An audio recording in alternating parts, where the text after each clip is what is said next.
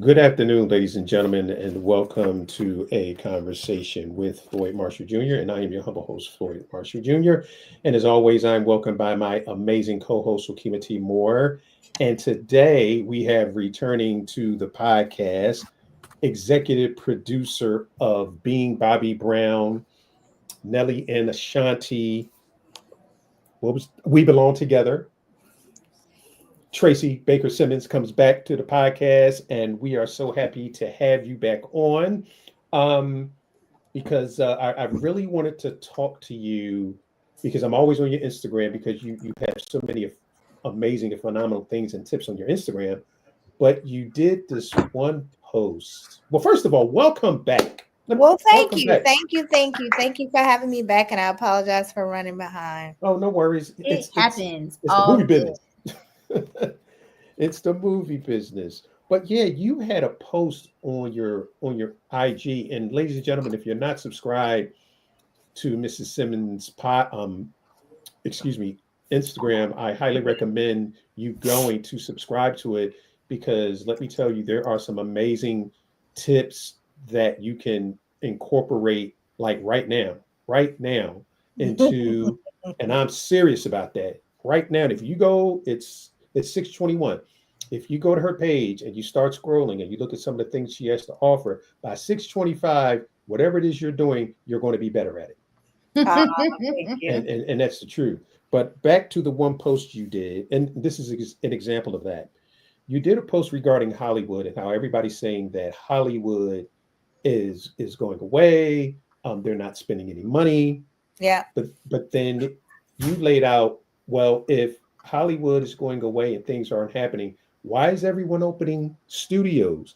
And you talked about Netflix in New Jersey, Pier 94 in New York, Starbucks, Condé Nast, Nike, everyone having their own studio. Yes. Their own studios, building actual infrastructures like studio facilities. Yes.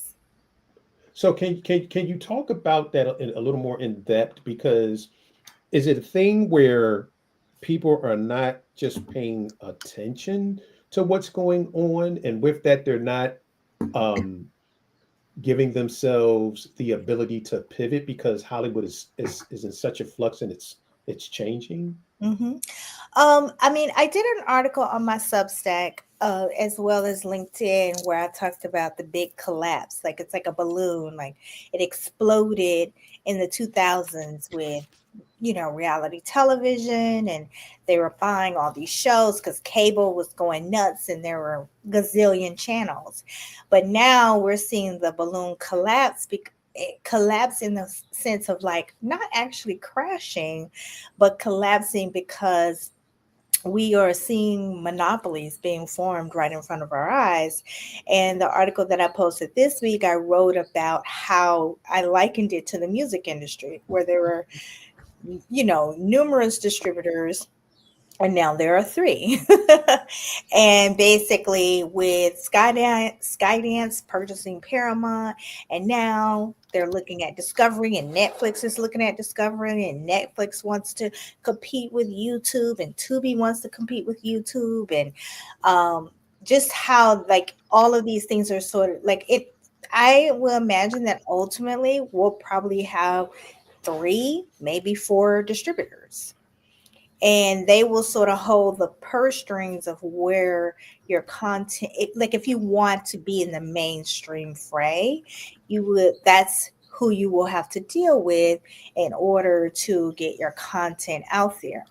However, what is true and will always be true is they will need content. They may not want to pay for your content or advance you the funding, because typically in a situation you're getting money from them to make a show or make a movie, so they may not want to advance that cash. But if you show up with a finished product, they will need to feed the beast.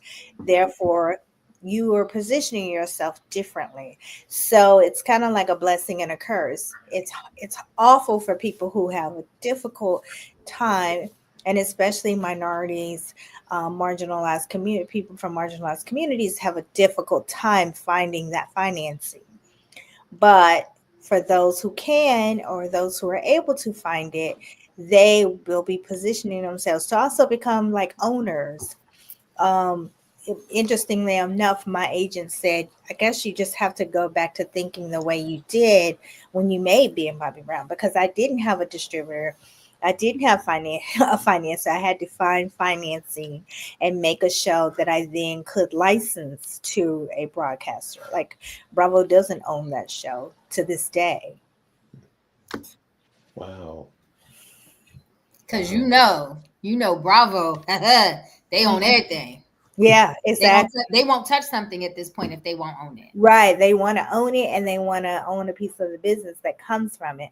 But that's changing, because if you don't want to invest, if you don't, you're my partner. If I'm putting up the cash, then we're partners. You can't be the owner and you didn't take the risk, Child, tell that to some of these programs out here. But anyway, I digress. Talk to us a little bit about what inspired you to share that. Because I think that a lot of times we don't realize that, having been in the game for a while, having been around and being diverse, like you've done scripted, you've done unscripted, doc series, like you've done around, live program, live events, theater, all the things. So I think sometimes we forget that as diverse creatives, and not just multi-hyphenates in the standard, but like someone who creates across the spectrum of the entertainment business, we forget how much we know until some foolishness happens. And then we start talking and it's like, oh yeah, I do be knowing. Be knowing. A little something to right. And so you forget when you're in the thick of it, trying to keep up with the changes, not realizing that a lot of the foundational information that you've gotten, because you've been doing this since before there was an internet, since when you tell somebody you was going to hit them on a two-way, like, you know what I mean? So talk a little bit about like having been in the game and being a part of so many parts of the game, and like what inspires you to, because I know you started your Substack and you share a lot. You already shared a lot with TV Decoded and Reality TV Decoded, but now with your Substack, you seem to be digging deeper. Well, basically for me, hold on one quick second. Hold on. I'm so sorry. This is real life, y'all. Baby, listen. Hey.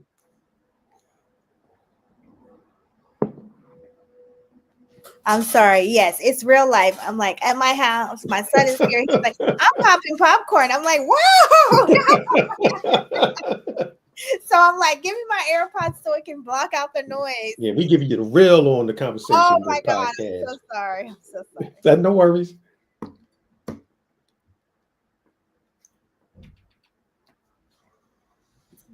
Perfect. Now, you guys hear me? Yes.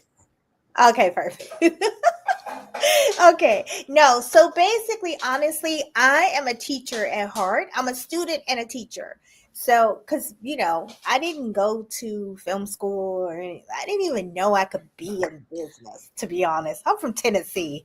I'm from Brooklyn. I ain't know it either. I didn't know. I didn't even know that was like a job. You can make money, My parents would have probably said, girl, you lost your mind.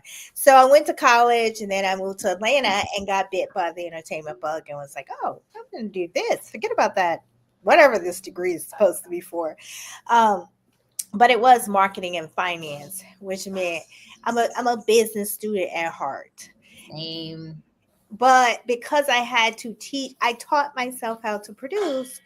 And after that, and having all the ups and downs and ins and outs and ebbs and flows, I just always felt like, oh, I want to help others. I want to teach so that people can sort of get, I don't know, not skip the line, but share knowledge. I will say this too. When I started in the industry, what I did realize was that people weren't so quick to share, and it was hard for us. Like everything was no, you can't do that, or no, you can't do this. You couldn't be multi-hyphenate. It was so many things. And then I was teaching. I actually landed a teaching gig at Emory University. And it really just came from them asking me to come speak. And the dean said, "You could teach." And I said, "Sure, yeah." Mm.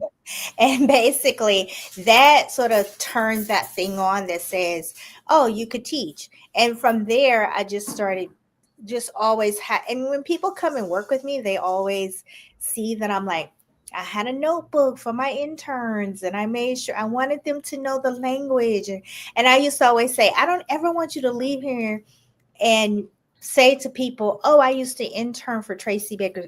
At the time, it was Tracey Baker, and later Tracey Baker-Simmons, and you don't know anything about the industry. Like, I want people to be like, "She taught you a lot." Mhm. Like, I take pride in that. And so basically, I'm not doing that. I'm not teaching, in New York and everything. So I just was like, okay, I want to create this thing called TV, Decoded. And I wanted to demystify this industry because I also felt like people hold it so sacred, and they pretend that it's weird because I also always just felt like not enough of us, we don't share enough information so that young people know it's possible.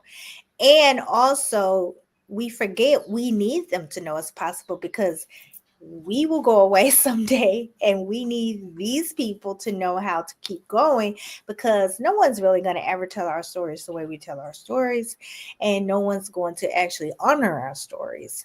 And so that's just my passion for, really, that's why I share the information. And that's why, I have TV Decoded.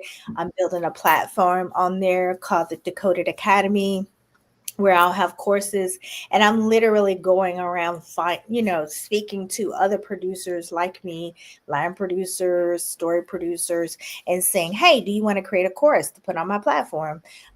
Because I think, when you look at even masterclass, it's stars. Those are stars on there, and it's not a real person like me or Okema, who's really in the trenches every day doing this work, really helping people understand how to do it.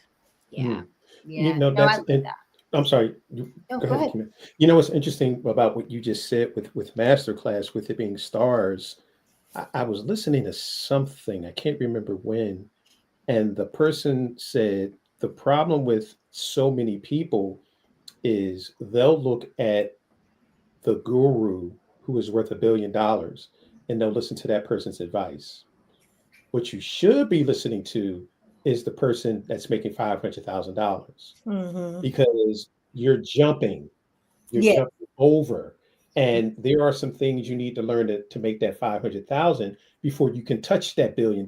So it's nothing wrong with listening to the $1 billion information, because you can store Mm-hmm. that later when you're at that level. But because those steps for that particular person are so different than the steps for, like you said, yourself and on Okema. Not that y'all ain't killing it, but you understand what I'm saying? Yeah. The information's different, because Yes. you're not going to tell somebody $1 billion information. You're going to tell them $500,000 information, Mm-hmm. because you're helping them grow on that ladder. So that's very interesting that you Mm-hmm. said that, because if I'm listening to Samuel L. Jackson, I'm going to listen to Samuel L. Jackson, but Right. Samuel L. Jackson is so many light years ahead Mm-hmm. of where I am, Right. that again, I'm going to take that information, I'm going to store it. When I hit Mm-hmm. Samuel's level, I'm gonna pull that out. But Right. right now, that's not really serving me. Mm-hmm. See, And I so, live in the in yeah, between of that though, right. because I feel like the Tracys of the world, the Okemas of the world, Mhm. we're teaching you how to operate like Samuel L. Jackson, Right. but with the Mm-hmm. resources of Tracey Baker-Simmons or Okema T. Moore. Because Yeah. I need you to listen to his advice, but Absolutely. your resource place is going to be different, and your Yeah. execution is Mhm. going to be different, because you're going to have a Right. different situation. You know Right. what I mean? Like, he can go to Judd Apatow. He can go to, Mm-hmm. all of these big directors. you're going to the Mike Cooks of the world. You're going to, you know what I mean? The Barakas of the Ayana Barakas of the world, who are amazing, but you're dealing with them. So you can't take a Judd Apatow, decision and give it to Mike Cook and then want the same result, because Mike Cook don't have that team, those resources, etc. So we're teaching you how to utilize what you have now to get things that look as good and that prepare, but that you are in preparation the same way you would be with Sam's budget. Right. Yeah. So I think I think that you have a great point, Floyd, but I think that people need to understand, like, Tracey's Academy is going to show you how to do what you want to do with the resources at your fingertips so that you can build to Sam and Judd, right? Like, right. And I mean, and it's practical advice too, because, even like I say this all the time, I did not know Bobby or Whitney. Neither one of those individuals, never met them a day in my life before doing that show. And when people say, well, how did you get to them? Or how did you make that happen? It wasn't, I didn't have an agent. Agents didn't even exist in that space at that time. And my attorneys couldn't help me do it either. I literally did play 6 degrees of separation to get to them. And honestly, it was only 2 degrees of separation to get to them. I'm working with someone, we're developing a project. We knew we needed a big executive producer. Like, we needed someone big. And I said, okay, I guess we have to play 6 degrees of separation. How do you know anyone who might know someone that knows someone? And honestly, it was only, one. She knew a guy out of Memphis who knew a guy who basically worked with this person, was their right hand. And voila, we're on the phone with him and his people and, maneuvering lots of things now to put together a pretty massive series. So I'm still doing that today, just the same as I was 20 years ago with that series. Nothing's changed, and I'm not ashamed of it, because I understand that it's necessary. But see, if you didn't show up with the business acumen and the integrity and the countenance that you have, it wouldn't matter if it was half a degree of separation, you'd still be separated. Yes. And that's 100% true. You're right. And I do. And it's so funny, because one course that will be like, at first I had a bunch of course. I had a huge course in one package. And now when we relaunched the site at the end of the month, I separated the business course. Right. And I was like, I'm a business course, and it's going to be affordable. It's called The Business of Producing. And literally, one guy took the course. He took the whole course, and he said the business course was worth the whole thing, and it saved me thousands of dollars, because I literally went through and gave practical advice. Like, this is what I learned first. How to hire a lawyer, because it's not just a lawyer. What do they do? Right. How many deals have they done that you're trying to do? Do not hire a music lawyer to do your TV work. Oh boy. Because why you out here getting the orthopedist to operate on your heart? Yeah. Because the language is different. The language is different, and the skill set is different.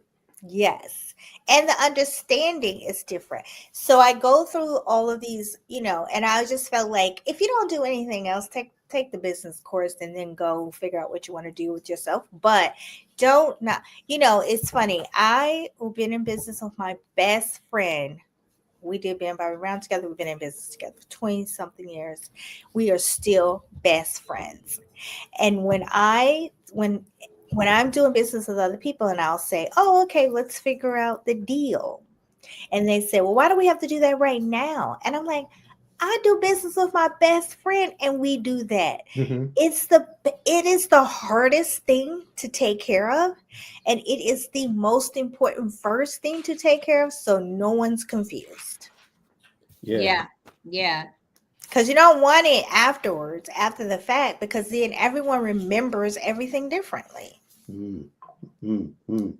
And So a guy told me no, one time, he said, the deal is what everyone's willing to put on paper. Right. Because the deal could be all the conversation in the world. If you're not willing to write it down, then you don't mean it. Yep, exactly. You got that right. But you know what? With that, with what you just said, I want to ask you about legal documents, because again, you did a post regarding legal documents and the importance of it, and highlighting what you don't understand and asking questions if you don't understand.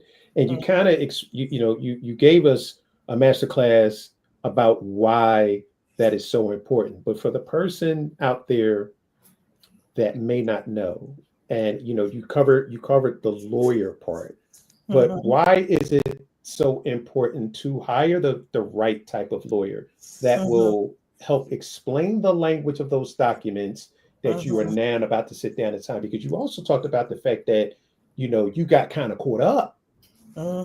So can more you, than once. Yeah. So can you talk about the importance? Because like you said, a lot of filmmakers, unfortunately, all they want to do create. Yeah. But like Stefan Latour just said, it's called show business in caps for a reason. So can you talk about the importance of understanding and knowing documents? Yeah. So I mean, I will say this. It's called entertainment business, right?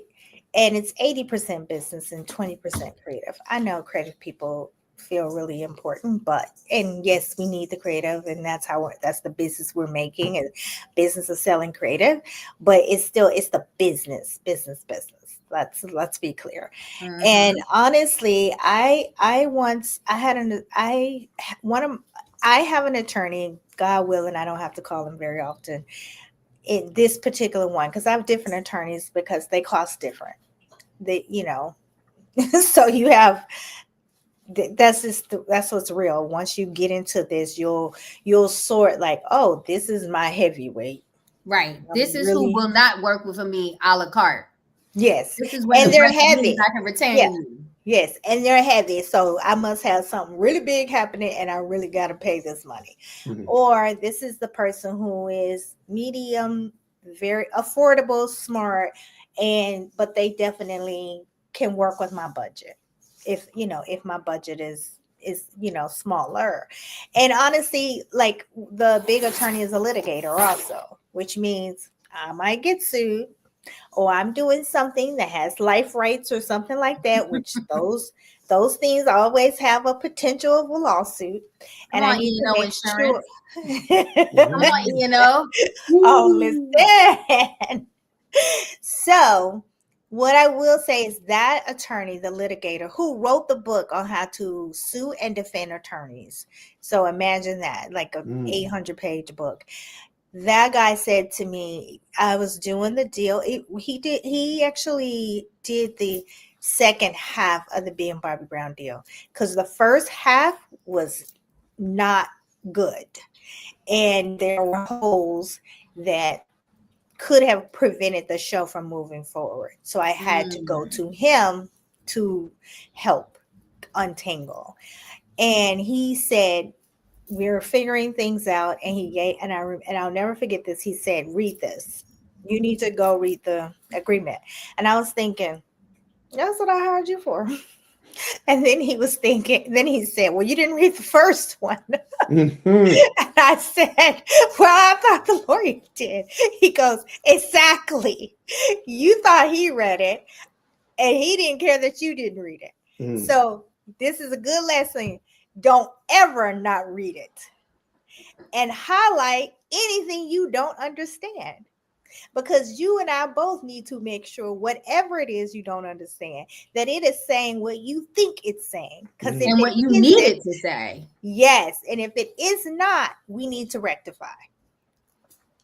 Yeah, I think that's the problem with this whole add a human and stir and you've got a producer thing that's happening right now. Because everybody's a producer until you ask them for the production plan, or everybody's a producer till you ask them, do they have their own preferred deal memos, or do they have their own preferred? Like everybody's a producer until you're asking them, can they do the script breakdown and let you know what we need and who we need to talk? Like, so, you know, I think that with that, people just go and they'll either chat GPT their way through the thing. You're right. Or they'll use a doc from something before, not realizing it doesn't really lend itself to what's happening now. And they just kind of try to do this one size fits all litigation thing that doesn't serve them usually. So I think that having something for the business of producers is really good and really smart. But I please make sure there is at least a small portion of that about etiquette. Because let me tell you something. I see some of the emails that go out or come in my box. I see the way people's social footprint is set up to where they're crashing out on social, but they're supposed to be this business person in the room. Or they don't know how to address someone or readdress someone or re-engage someone, or how not to be a whole bugaboo. If they, like, you reach out once, you give it a week or so, you reach out again. If they don't respond, give it a quarter before you reach out again, unless there is something that you can tie yourself with or whatever. But like, just etiquette is so lost just in human existence today, period. But especially in independent, because a lot of people think because it's indie, they don't have to be professional. And they just don't show up well. And they don't represent, or everybody wants to be in charge. Everybody wants to be in the front and loud. And if you know anything about being a producer, it ain't about you at all. No. You are the first one blamed and the last one thanked. Yep. If thanked at all. If thanked, baby, I was about to say it. If thanked at all.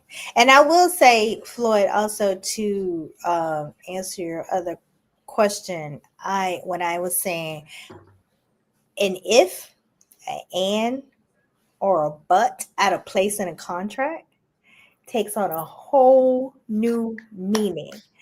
And I will share and not name the production or anything, but I was doing a show and a project, and it said, I read it to say, as a producer, I would be included on the E&O insurance. That's what I read. That's what I thought I read, because that's what I wanted to believe was on that paper. However, when the lawsuit came through, it actually said if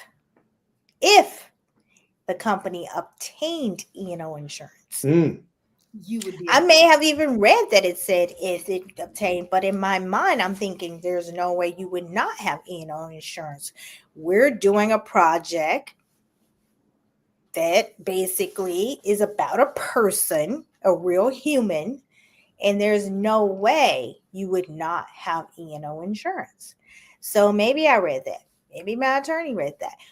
At the end of the day, though, lawsuit comes through. All of a sudden, we find out there is no E&O. So everyone must pay their own legal bill.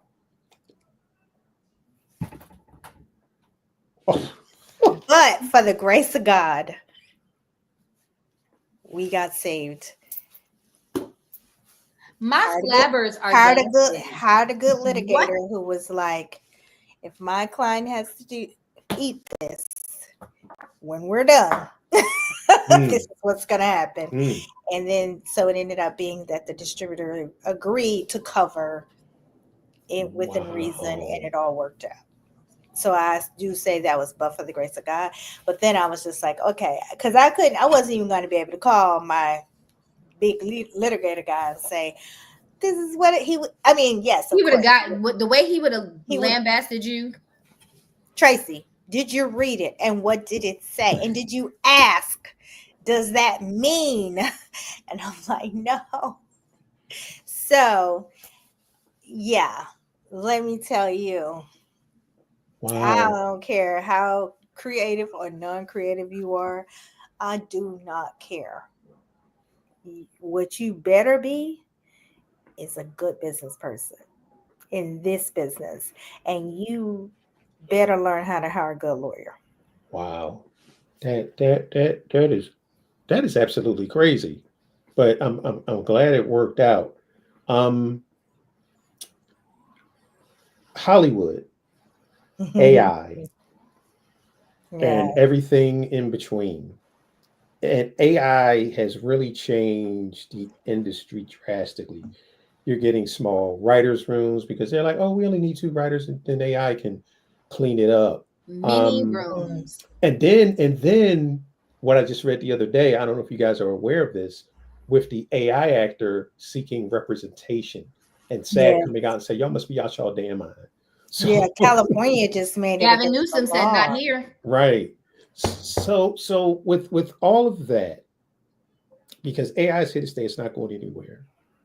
What can filmmakers and content creators do to stay relevant in an extremely rapidly changing landscape? Because Mhm. AI is here, it's changing the game. Mhm. And I've heard some filmmakers, well, I ain't trying to learn it. I ain't trying to do this because it's boo, boo, boo. But Mhm. regardless of whether you want to learn it or not, and Mhm. you don't have to use it, but you need to learn it. So what would you say to filmmakers who are saying, well, I'm not a big fan of AI. I don't want to use AI, but AI is here and it's basically a massive disruptor. Mhm. I think I would say, so you're not using an iPhone? You still got a flip phone or something, or you got a two-way pager? You're not using a laptop? You don't have email? Because that's what this is. Mhm. It's those things. It's Word on your computer as opposed to a typewriter. It's so it's not like it's not this I'm going to destroy this thing. I mean, there are very few people shooting on film because we moved on to and we moved from the tapes to the cards.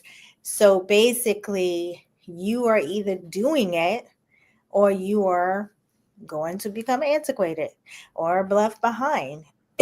You're because and it done prop look, it doesn't replace as many people as people think it replaces, because it doesn't think, it doesn't have ideas, it's just gathering data.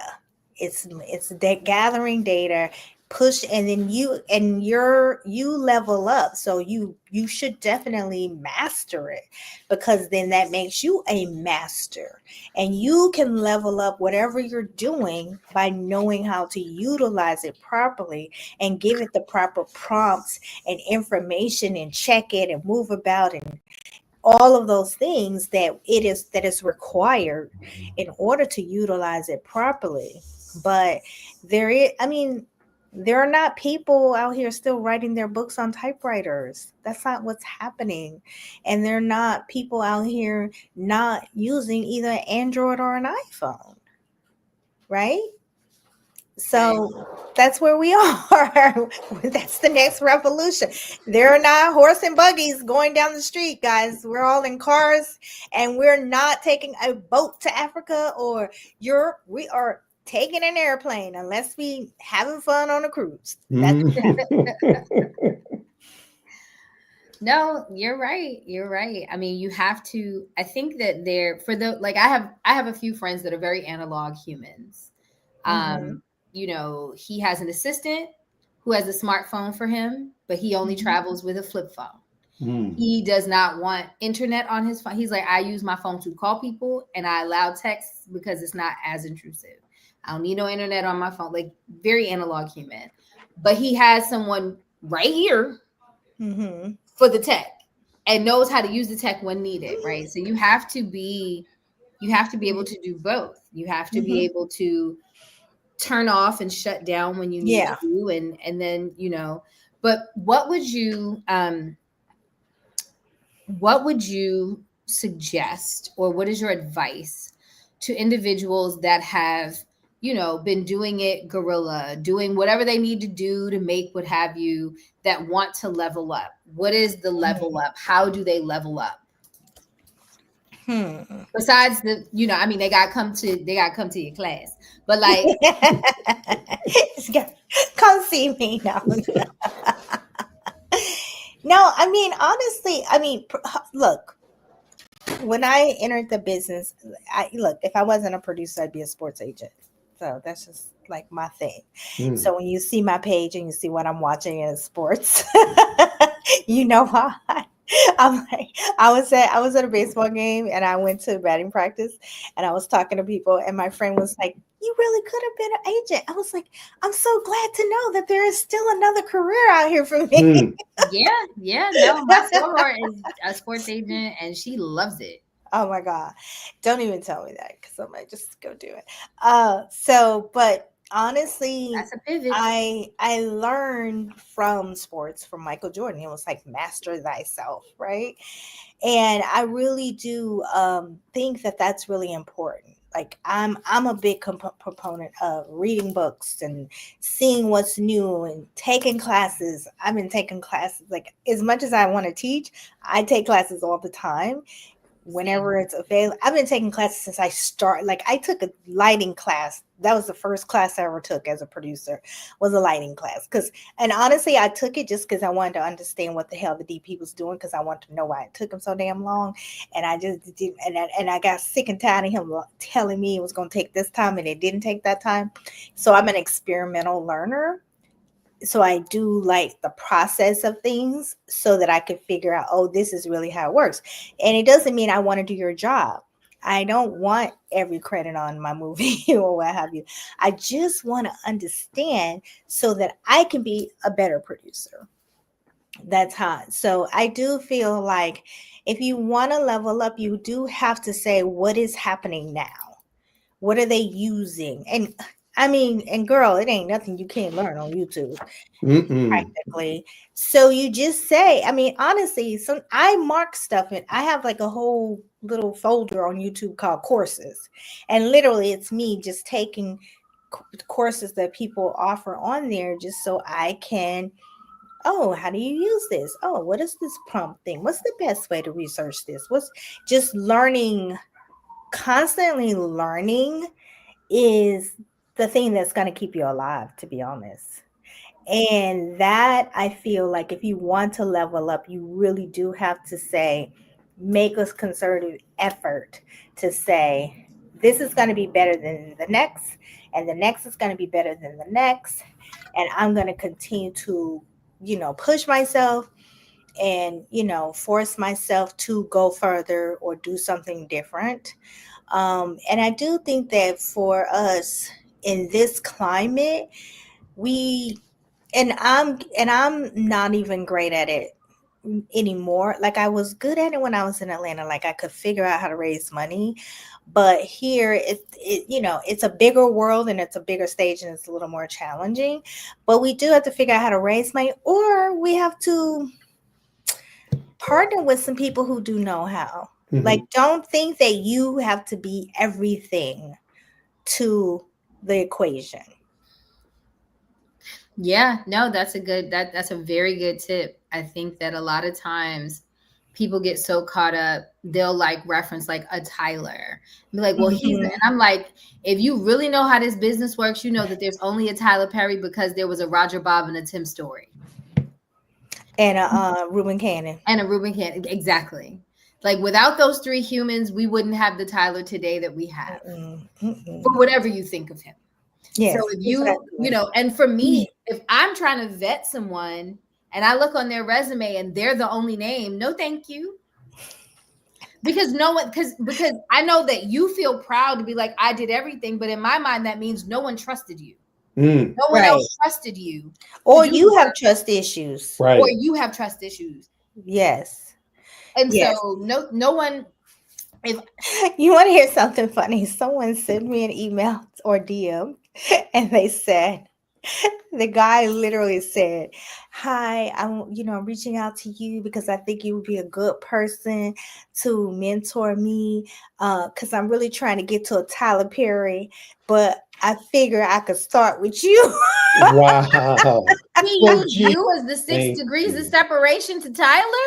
No, I think he just said, "I'm not that level of Tyler," so he just want to talk to me, and then he But goes, Wow. again, "Time." etiquette, You right? know what? Yes, that's what I just Etiquette. thought about. Because the way I- what he should have said is, my long-term goal is to be my own version of Tyler Perry. I'd Yes. love to get to his place at some point, but I see the trajectory that you're on, and I think that you're someone who could teach me how to do that. Would you consider mentoring me? That's Now, if he crazy. said that, Oh my God. you would have Yes, been like, I would've- oh, I read that DM, and usually I'm so nice. Like, usually I'm like, "Here's my email. Reach out to me. I'll set up a time. We'll do a call, whatever." I responded to that person, that child, and I said, "Sweetheart, that is not how you convince someone to mentor you, to meet with you, or anything else." I said, "If your goal is Tyler Perry, he has an internship program. Jump on over there and see if you can Hmm. get in it." Hmm. I'm going that's to crazy. backdoor shade you, but then I'm going to ask you for a favor while I'm doing Yes, it. But that's yes. what I mean by, but also I know. this generation not everyone, but there is a very large fraction of them that are socially awkward and inept. Yes. And yes. Like, it's to the point where like I knew that this was a different generation. I'm presently I picked up a gig. I'm directing a campaign for a hair company. In the meeting, when we talked about building the creative, they said, please make sure you don't use cursive font because this generation can't read it. Mm. No, they can't. And they can't write But it the either. fact that that is in a business meeting, for me as a director, as I go into post, for them to say, by the way, make sure you don't put any cursive in there because these kids can't read it. Wow. Bananas. Wow. Bananas. Bananas. And by the way, cursive is on Instagram in stories. So Of course guess it what? is. But no. Please understand, they're not wrong. They're not. I was doing voter registration and I had several kids that wrote their name. And I said, no, you need to sign it. They did not know how. They didn't have a They signature. stopped teaching it in the school. They stopped They don't teaching teach it in cursive school. anymore. They And stopped they've teaching done it it for years ago. years. Yeah. And come on, we were growing up. I mean, I remember like knowing that my signature was going to be something so different, and it was not. You wasn't going to really be able to tell that it was my name because Listen, I might be a doctor. Remember sitting in cursive. Like, first of all, cursive was a class. Yes. And then practicing, making sure you had, because once you knew you wanted to be somebody, you knew you had to have that signature. Yeah. But, right. I mean, I digress. That's really sad too, because you know what I will say is, and I did this exercise with my niece who's 17. Not even thinking, I just said, "Oh, here, right." She was doing something in school, and I said, "Oh, it was a vocabulary thing." I said, "Write it on cards. Let's just do that." And she wrote it, and she did so well. And then she said, "I don't know why I did so good." And I was like, "Maybe because you wrote it." Because you wrote it down. Yeah, because you wrote it down. And it's funny because sometimes, like, I'm in this season right now, creativity and trying to, put my world together, because let's be honest, these companies doing fewer projects somehow or another in this country, and they're not hiring. We're not first to be hired. No, we haven't been first in 2.5 years. Yes, definitely. Exactly. I would agree. And so I was writing. And then one day I just was like, because I have so many journals. I picked up a blank journal and because I was writing, meaning typing. And then I picked up a blank journal and I just started writing. And the first thing that happened was I was like, oh, look at my handwriting. Oh, like I connected with myself. And I really was like, wow, that's a big disservice to not have humans who can do that, because that is decoding on the brain. Yeah. Writing is decoding on the brain. And I make my take clients that write all the away. time. To take that away from people Mhm. is really you're taking a level of like complex and critical thinking away from Mhm. them. Well, we know Absolutely. that critical Absolutely. thinking is like yesterday's news these days. No But in every comprehension aspect, skills. because think about it, even in our business, it's like for this, we can even use this young person as an example. Yeah. Critical thinking is, hi, my name is XYZ and I'm really interested in XYZ and I see how well you've done for yourself and I'd love to pattern that or Right. something in that way, right? It may not sound as eloquent, but something in that way. Not, I'm trying to get to this person, so you my stepping stone. Basically, that's And not a good, and ain't even really a good one at that. Oh my God, it was so funny. I was like, who is your mama? Yeah, who raised you? Who raised Who raised you? But you know what? With that, the way you just described it, Okema, is a phenomenal way that he could have done it. But I'm always amazed that there's never a lead up to that. You're just like, pow, and that's it. Yeah, no, they just come. You're not going on my page. You're not commenting on anything. You're not Yes, engaging with me. You're not exactly. doing any of that. You just be like straight, no chaser. This is who I am. This is what I want. No ask. No offer. Right. No offer. No exchange of But an ask. anything. But no, not. But some of them aren't even. They didn't even buy me a coffee. Send me a Starbucks card. But some are not even doing it from entitlement. I connected with this young writer, and she was doing this thing because she wants this very big showrunner to notice her. And so she was doing this thing, and she's talented, sweet girl, super beautiful, talented, all the things. And so every day she would do, this is day such and such, this is day 14 of me trying to get XYZ to notice me. And y'all just tag them. I said, sweetie, can I give you some unsolicited advice? I said, you sound like a fan, not an employee. Right. I said, what you need to do is, if you're trying to get this person to notice you, make them know that you're in the business, not just trying to be down. They do a breadth of different types of work and writing. You want them to hire you for their writer's room. What writer's room? What kind? Is it the period piece stuff that they do? Is it the procedural stuff that they do? Is it the romantic stuff that they do? Be specific. Specificity is your best friend. Be specific. And then are you going onto their socials and their pages and looking at their interviews and aligning yourself with the things that they've said that they're into and what they're looking for? Are you looking at the places that they're going to be? Like, so I gave her this whole like laundry list of things to do, and bless her heart, she did none of them, but it's okay. Like bless her heart. Like, and I would check to be like, and like, she kind of did one, but like, I gave her a laundry list of things that I'm like, if you doing, say it's a 60-day, whatever, I gave you enough to fill up half of that. Right. With one different thing to set you apart and what have you. And so like, we also have to realize that that etiquette doesn't just mean being like offensive. Etiquette also means you're not being smart in the thing. Right. If you're trying to get someone, say I want to get Tracey Baker-Simmons to notice me. Well, as soon as I see anybody do I'm going to make sure that I tag her on a Bobby or a Whitney meme, as long as it's not offensive, right? I'm going to make sure that I'm on her post talking about how much I loved Nelly and Ashanti. Yeah. Or even if I didn't love it, oh my gosh, this wasn't no Bobby and Whitney, but let me tell you, it was entertaining. You know what I mean? Like, I'm gonna see what else she's touched. Oh, the treasures, the hip hop treasures. You know what? My dad has an original playbill from such and such park. I feel like these kids don't think about how to. Well, because they're self-absorbed. It's like if I'm trying to get into a space with you, then I'm going to ensure, because let me tell you something. I was that kid. I was never offensive, but I know that you probably don't remember this. I met you the first time do you remember the first time we met? No. First time I met you was at Real Sisters. It was one of the first ones. Oh, yeah. Yeah.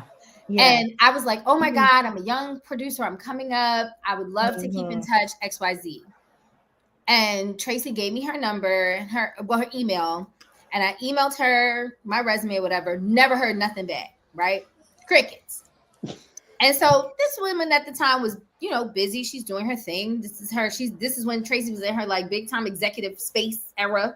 She was still, I think Bobby and Whitney had just died down. And you were just getting into the other show. If I'm not maybe mistaken. I just moved here. Something, yeah, maybe you had just gotten here. Because I think that might have been 2009 or 2010, something like that. Like it was quite some time ago. Yeah. I moved in 2011. So I didn't hear anything, no problem. I've moved on. I'm working, doing my thing, blah, blah, blah. I run into Tracey again. I remember that this is the woman I met. I don't bring it up because for what? We didn't, you know what I mean? Like we didn't connect. So now there's a new connection to form. Fast forward 15 years. That's my sister. Right? She will bring me in on a project. She will refer me for things. She will give me advice and listen, because the other piece of etiquette is just because you don't get what you want doesn't mean you're a brat about it. Because you don't know what's going on in anybody else's world. I didn't know you just moved here. You was trying to acclimate. You ain't have time for me trying to figure out my stuff. Trying to be, you know what I mean? Like, but I never took it. I didn't make it a thing. I just made sure the next time I saw you, I was like, bam, I'm actually doing this now. And I've done this. And so I'd love to keep in touch. And that's what we did. Yeah. So it's like the etiquette piece is big. And I tell people that too. I also tell people, like, sometimes people are like, I email and they never respond. I was like, I am trying not to be guilty of it, but I'm guilty of it. We all. I might read your text and then I'm like, I'm going to respond in a second because I need to think about what I'm going to say. Right. And then I forget and then it's buried. Same with emails. However, I'm like, I am the person that if you DM me or text me, or text me again, at some point, I am going to respond. I am the person that, even with Okema, I think I'm always on your page going, congratulations, oh my God, just like tracking you and seeing what you have going on. And even the project that we're starting to work on, it was funny because I was like, I didn't know you had the theater background. And when they had your name on the list, I immediately said to the other partners, I was like, oh, that's my friend. Like, yeah, we gonna talk to her right away. I didn't know that about her. And they were like, well, if that's your friend. And I'm like, but it's different. We're friends, like we're sisters, like in the industry, but we're not hanging at each other's house. We didn't grow up together. Right. But I do know her and I respect her. And if there's an opportunity for us to work together, I would love to work with her. And we always said that. We always but can't wait to work together. I also showed up for business. Like you're my sister, but I made sure I showed up and I showed up exactly. Right. I made sure that all my emails were professional. I made sure that all my responses were decently timely. If I was behind, hey guys, I'm just working on a few things. I'm going to circle back or what have you. Or one time I forgot to say, hey, just give me a few days to look it over. Tracey nudged me. As soon as she did, I sent the email. I'm coming. Like, you know what I mean? Like, again, etiquette. You're my friend, but that doesn't mean that because you're my friend, I could just show up with like and you did. You showed up prepared for the meeting. You prepped everything. It wasn't like it was like, hey girl. No, you were like, and people forget that part of it too, you know. And guess what? We're friends and we know each other, but what else? We're doing paperwork. Right. When you're doing business. Negotiation. When you're doing business, and it should always, friendship should not be the excuse for you to not be professional. Right, exactly. And if nothing else, you show up better. We homies. That ain't got a damn thing to do with what we're doing right now. Because, and if we are, then it should be easier. Right. You should if we're friends, you should know better. Yes, right. Because you also know how I like. I know Tracey don't play about her business. Right. So I can't come there halfway. I can't sign this contract and then be like, oh, that deadline. Oh, yeah, Because you know what? That's a reflection. Because guess what? They're not looking at the friend. They're looking at you. Right. They're like, what's up with, and you know what? They'd be like, yo, what's up with your friend? Yeah. I've had people embarrass me before, and it's not fun. No, it's not. But we are up against it. I have one more question for you. Okay. I don't even know Um, if I answered the first one you correct. did, you did, Okay. and we also threw in some extra for anyone who's deciding that they want to go into someone's inbox. So Okay. you need to listen to the last And how not to 10 do to it. 15 minutes to know how to do it the right way. Because before we get to that, I was on Threads the other day, and Courtney L. Branch, who's the co-founder of Micho Film Festival, her and Noel Bram were on yesterday. And there's this thing that happened in New York, Culture Con. Yeah. Mhm, Okay, mhm, so a lot of people were complaining about Culture Con. And this woman came on, black woman, and she says, I'm an angel investor. And she said, mhm, guess what I do? She said, I'm looking at everybody sitting here tearing this thing down and complaining. mhm, So if you're talking about wanting someone to invest, if I'm looking to invest, she said, I'm looking at you and I'm writing your name down. She said, because mm, you're someone that I don't want to deal with. So when mhm. you're talking about etiquette, I think people also have to remember what you say in these internet streets That's why I can said have a people's social direct media effect footprints. Yeah, on how or what you get. exactly. Yeah. So before we go, and this has been absolutely amazing, you're going to have to come back because we didn't get to everything. But the one thing that I see that is doing very well are mini dramas. And I think a lot of people are sleeping on mini dramas. They're big in Yes. China, they're big in Southeast Asia. They had to, Verticals, you mean? yes, on your Okay. iPhone. Now Verticals. Yeah. they did the Yeah. Quibi, but that didn't work out because that was It was before its time. right. And it was expensive. Yeah, and that's the difference between what's going on now and what Quibi tried to do. But Tracy, you talked about mini dramas and how the game is changing, and the Mhm. fact that there are a lot of filmmakers that are missing the boat Yeah. on mini dramas because Mhm. oh, I got to make this feature film, Yeah. whereas mini dramas is really taking off. So can you talk about Mhm. that? I mean, here's the deal. Because there's not a lot of distributors doing mini dramas, but in even going back to the first question about all the studios being built, but the companies collapsing into big monopolies, the thing is that we really are going to have to get out of our own heads where we're so reliant on these distributors, and we really do have to think. I guess I'm blessed to have started in the business doing music videos and commercials, and my brain was only thinking about independent film because independent film was the thing, and you wanted to get some money, make a movie, and go to a festival. So now we're in a new space where we are, unless we're a big dog, Tyler Sheridan or whatever, and you got a big dog walking in the room with you. The big spaces they're reserving them for the big dogs right now. So those of us who are the medium dogs, little dogs, or whatever we want to call ourselves, we have to say, I may not be on Netflix, but I bet you I can be on YouTube. I bet you I can build a channel. And if I could build an audience with the channel, to be honest, then the big dog's coming to you and you're going to get to negotiate your price.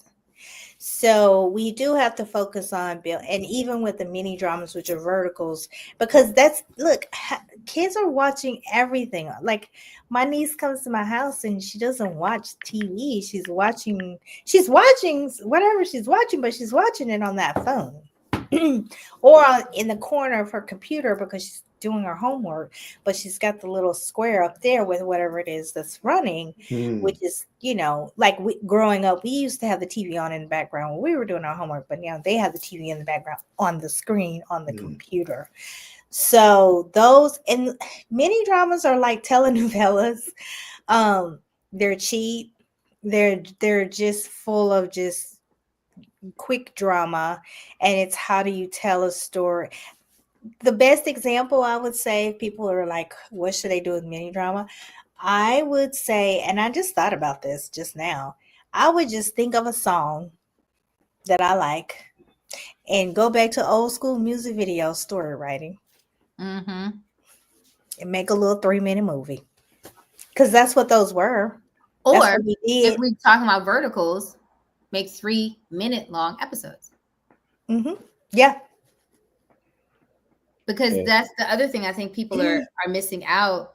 There is not a platform, Right. a known platform yet for Black and brown verticals. No. Yeah.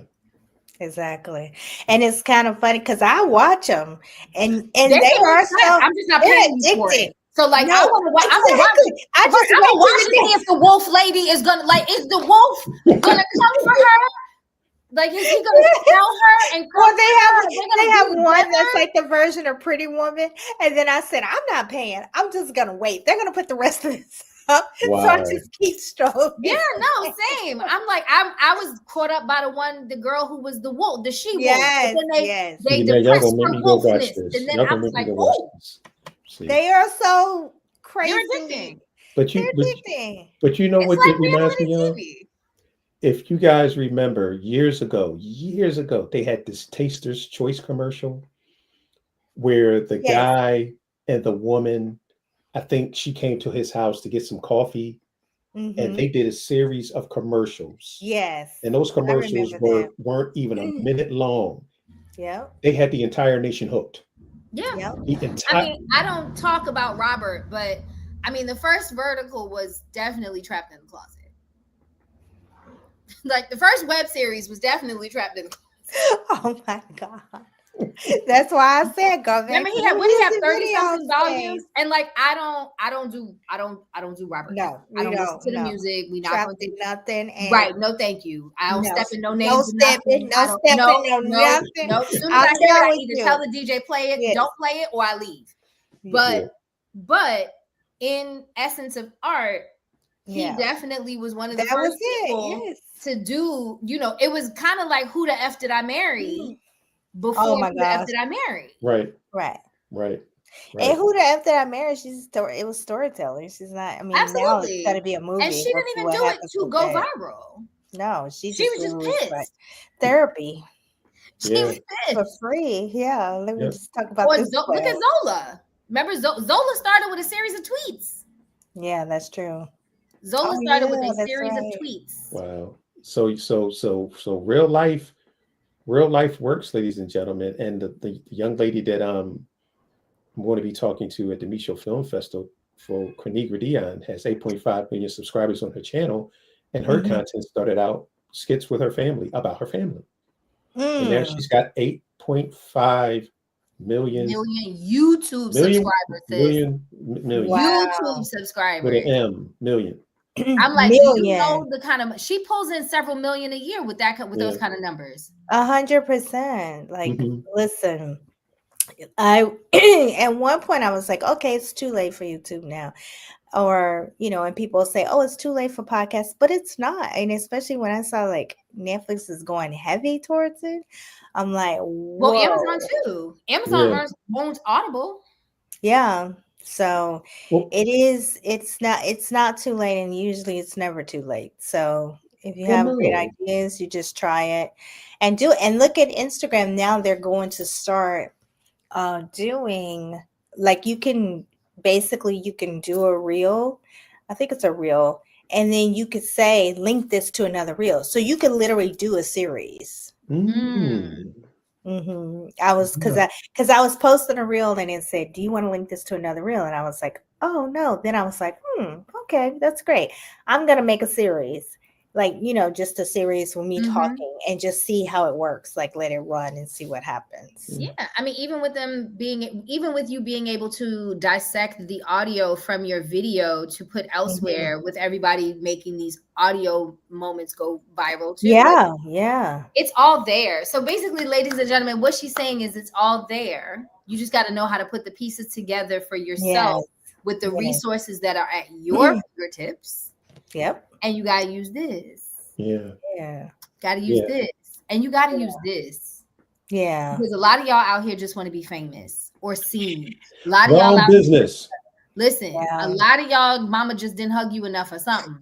And Mm, y'all just out here wanting to be in the midst and be the first thing and be the yeah. big thing and be in charge and be the face. Yeah, you at some point you're gonna run into the fact that you're gonna have to be passionate. You're gonna have to find passion, or it's not gonna work anyway. But It's your not. passion must also have compassion as its companion. Yes, Yeah, this is yeah. true. Ain't nothing famous about this business unless you're in the 1%, and it is what it is. But it's a byproduct of the work. Right. It's Yeah, a because all of them byproduct did the of work. It's Yeah. a byproduct of the work. And Tracey, correct me if I'm wrong, and a byproduct of your ability to compromise. Because Issa was amazing when she was awkward, but it wasn't until she was insecure that she was famous. Ooh. Collection plate, ladies and gentlemen. Collection plate. I'm just saying. Yeah. Yeah. Very So this has been amazing. This Thank has you been for having amazing. me. Absolutely. Thank you for coming back. You're going to have to come back again. I like bringing people back that we learn from all the time. Well, And, I and appreciate that. I'm gonna yeah, keep dropping the nuggets. I was please. last week. One of my articles went crazy. It was like I was like, "What? I have 40,000 impressions." I was like, Wow. what did I say? Something that resonated. Something that resonated. Mm-hmm. And again, ladies and gentlemen, if you're not following Tracey Baker-Simmons on all on different platforms, you need to. And by the way, where can people find you? So I am T Baker-Simmons on Instagram, and I'm Tracey Baker-Simmons on LinkedIn, and TV Decoded with Tracey Baker-Simmons on Substack. Those are the main platforms and worlds that I put all the information and knowledge. So that's probably the best way to link and connect with me, and honestly, hopefully learn something. Well, the only way you're Absolutely. not learning is if your eyes and your ears are closed. Straight up, man. I mean, it's and me and Okema, we say this all the time. We bring people on here that can level you up. Yeah. And we love giving everyone the information, and especially a big part of this is for us is having people follow people such as yourself on social media, because so Thank many times I'll read you. posts, I don't know, fill in a blank. And we tell people all the time, have you watched our podcast? Mm-hmm. Because when you have industry heavy hitters on like yourself, we're Right. like, yo, masterclass for the low price of $3.99. Yeah. Why are you not taking advantage of a course that can help you, and all you have to do is invest your time? Right. It's a no-brainer. So It It is. should be. It's not always, but it should be. yeah, people make things more difficult than they have to be.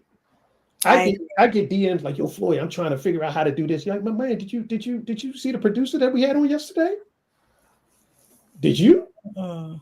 Before you come to me, we got over 100 episodes. Why did you go through to see? People don't pay attention. Oh, my, But no, people want the shortcut. ain't none. Everybody wants the shortcut. That's Ain't true. none. They want the shortcut. Yep. How many times have you taken a shortcut and ended up having to double back because the shortcut Yes, was exactly. blocked? But here's the thing: the shortcut is not short. It's not. The shortcut gets you back and double back. And You got to do twice the work. Now you Then. do it twice the work. Exactly. So I you got to agree. turn around, go back the way Go you back. just came, and then go the way you were supposed to go. No, I agree. Exactly. Right. But people don't want to listen. No, They just don't want to listen. some people, No, everybody they wants the will. baby, and no one wants to be pregnant. That's new. But it's true. Yeah, you're right. You're right. I agree. But again, thank you so much. Thank you again for Thank having you, me. Tracy. Of course. I apologize again for being late. No worries. But I appreciate you for having me, and I look forward to being back on next year. Absolutely. So, ladies and gentlemen, thank you for joining myself, the amazing Tracey Baker-Simmons, and as always, my awesome host, Okema T. Hey, and if you're going to be out in Los Angeles through October 23rd through the 27th, stop by the Meet Show Film Festival. It is going to be absolutely amazing. Make sure you subscribe to Tracey's Substack. Make sure that you follow her on social media. Start following her, start listening to what she has to say, and put a pen and a pad near your desk because you're going to need it. And figure out who Micho is. That part. Listen, I talked to a young white creator today and he was like, yeah, I know Charlie Chaplin. I said, then you should also know Oscar Micho. Mm-hmm. Exactly. And he helped create the blueprint that we all are now being forced to follow. So Tracey, we always love having you. We always learn from you. It's always great. And I love you because I love you. I love you too. So, ladies and gentlemen, thank you again. On that note, as always, love it like a hobby, but treat it like a business. Yes. Amazing, amazing, amazing night. Peace, everyone. Good night. Bye-bye. Oh, she jumped